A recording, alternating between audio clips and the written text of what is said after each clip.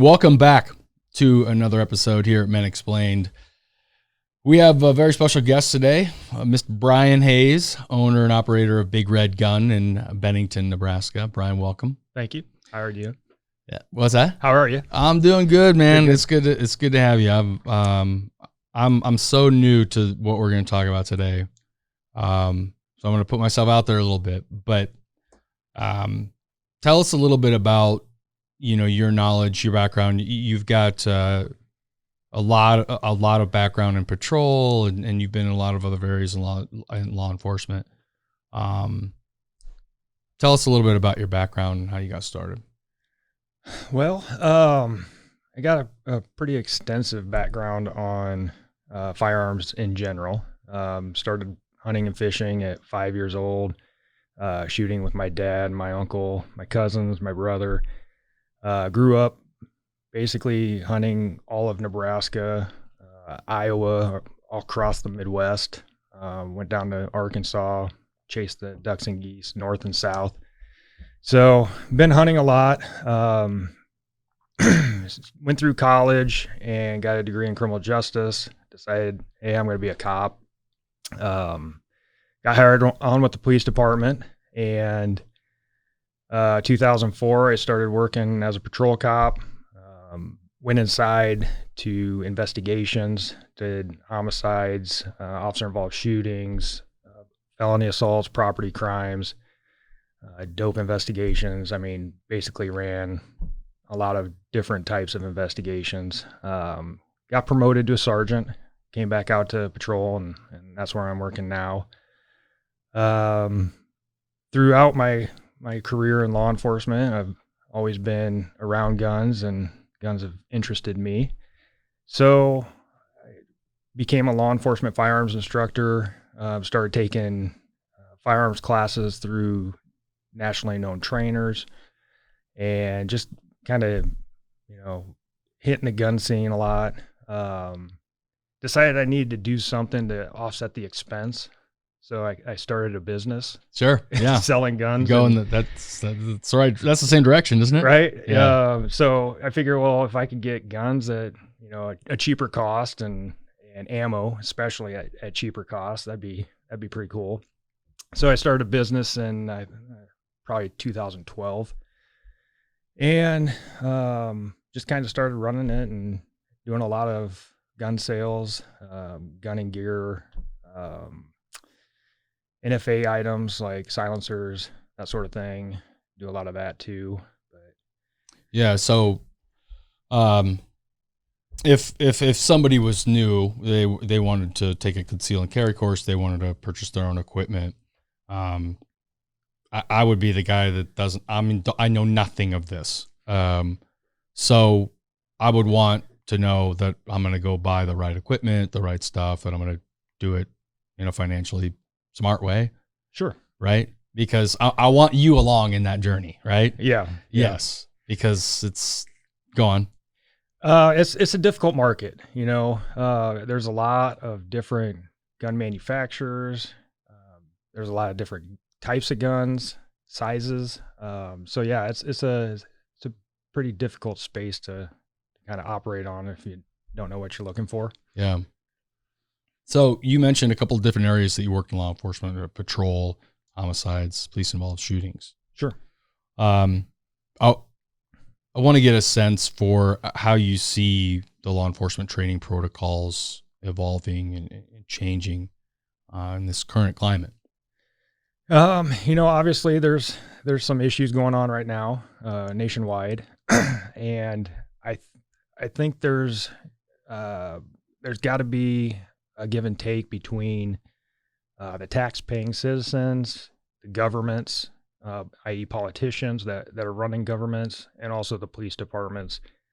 What a lot of people don't realize is that it takes a lot of money to run training in large organizations like Minneapolis, Chicago.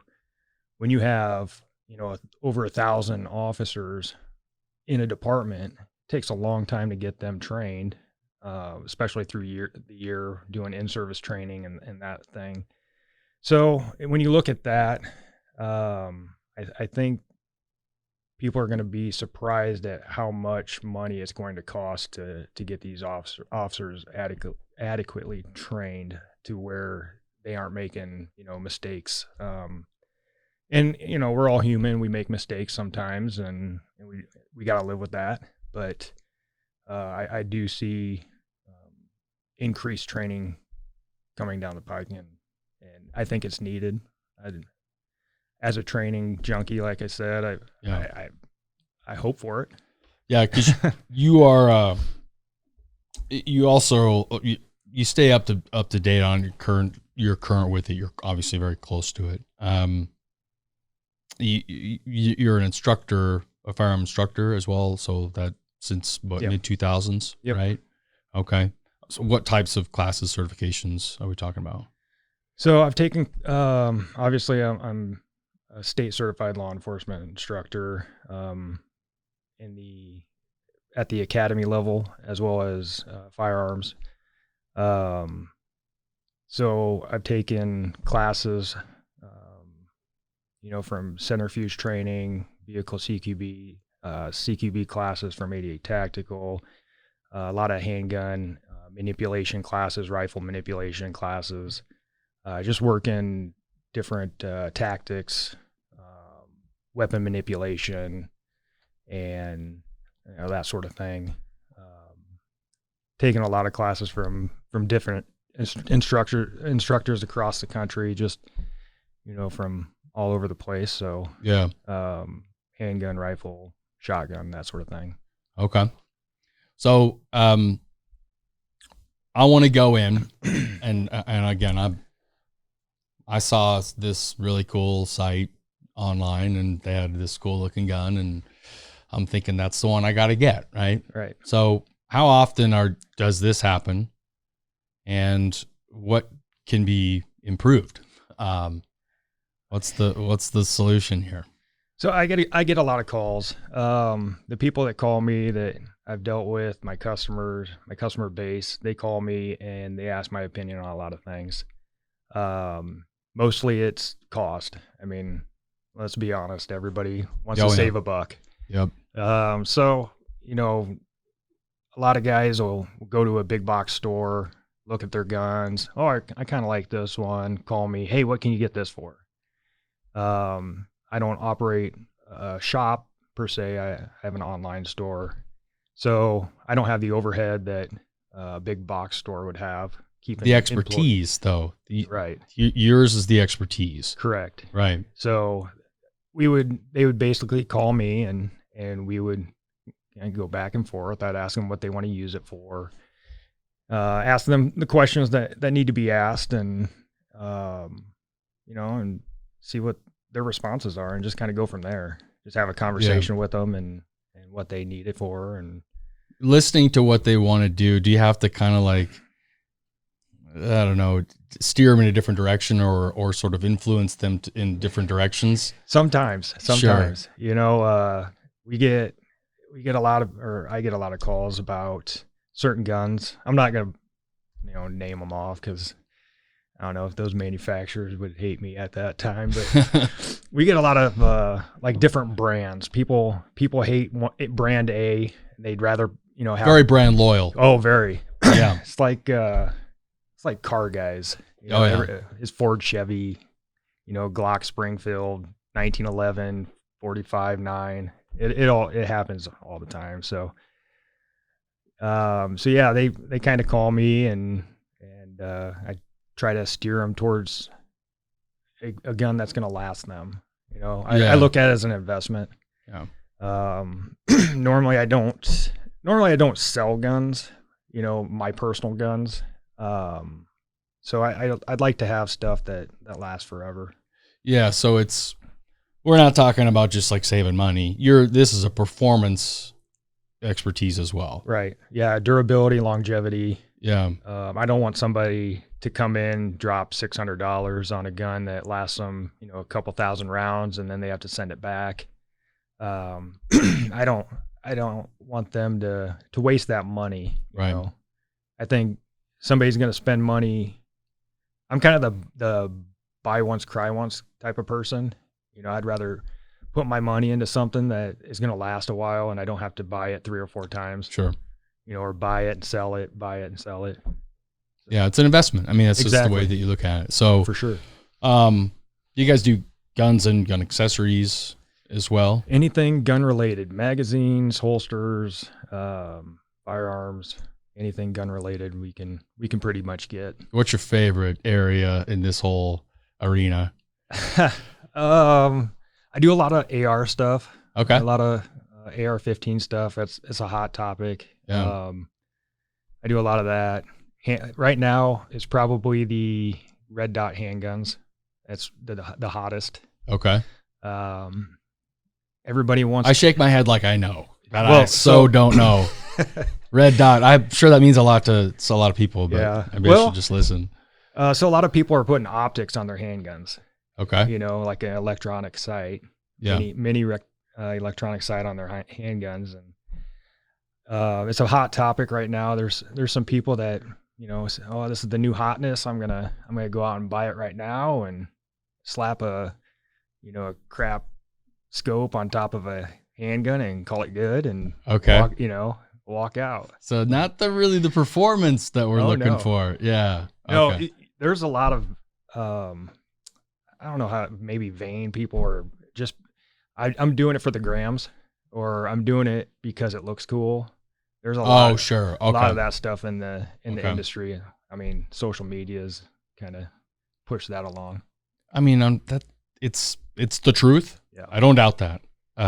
It's so sad. it is. Because it's just not a space that you should just be careless with. No, not Right. at all. There's a real appreciation for the safety and the security and the respect of it all.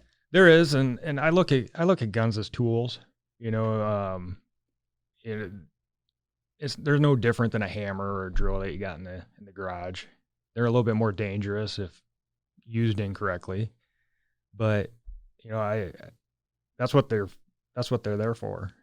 Protect yourself, protect others. Yeah. I guess I carry one every day, so it kind of is no different to me. But that's just how I feel. Sure. No, that's all good. So you opened up, or you kind of started this, maybe 10 years ago or so? Yeah, about 2012. Okay. Yep. So what else do your customers come to you for? So I get a lot of concealed handgun permit class requests. I do take a few of those. I try to get people to line up a class. Like if you're interested in getting one, get 8 to 10 of your buddies together. I'll come to your house, teach it. If you guys got a place to shoot, I'll bring target stands. Okay. We can go out and do that. Knock that out on some Saturday or Sunday, no problem. I can definitely do that. I'm certified to do that. So I've been asked about, like one-on-one handgun, that sort of thing. But like anything else, there's a lot of liability with handguns, or with any guns in particular, especially firearms training. So without having, a place to call my own land, insurance to insure that land and all that sort of thing, it's really difficult to operate within the training industry right now. Right. Unless you're doing it full time, and you got all that stuff going on, all that insurance, and if you're traveling and doing it full time, you're probably used to that. But for somebody that has a real job that they're concentrating on for another few years, Sure. Yeah. I don't want to throw any more liability into it than I have to. Respectfully, that's to be understood. What does that look like for you? You're kind of planning and you're moving in that direction as you kind of maybe finalize some chapters in your professional career. Yeah, I think when so I kind of started this not only to help take care of some of the costs associated with my hobby, but to maybe fall into something when I go to retire. Have something that when I'm retired I can just go to work and love what I do. Yeah. And have a little side job, make a little extra money on the side, and For sure. that's it. All right. So if I'm a new gun owner, if I want to get some training, some certifications, if I want to do it the right way, in a financially safe way, have a little fun, where do I got to go to learn more about how to do that? Well, I got a website I run, bigredgun.com, on Facebook, Instagram, all the social medias. Oh yeah. I don't do them all, but No, the big ones. Yeah, for sure. No, that's all good. Well, Brian, thanks so much for your time today, man. It's been really good to hear, and you got probably a mountain of expertise that we didn't even get to explore. But if you're listening out there and you're interested, you want to become a new gun owner, if you have questions in the space, Brian is your guy. You gave us your phone number before. You want to deliver that, or should we hold off? It's on the website. Okay, fair enough. Again, check out the website, which is again bigredgun.com. Okay, awesome. That's going to do it, fellas. Thanks for joining us. Thank you. Take care. Hey, guys. Thanks again for joining us on another episode here at Men Explained Podcast. If you're watching this on YouTube, go ahead and hit that subscribe button. Also, the bell icon as well, so you can be notified when we push out new videos. If you have any questions, comments, or concerns, go ahead and drop them at hosts, that's plural, HOSTS, at menexplainedpodcast.com, or just visit our website, menexplainedpodcast.com. Thanks again.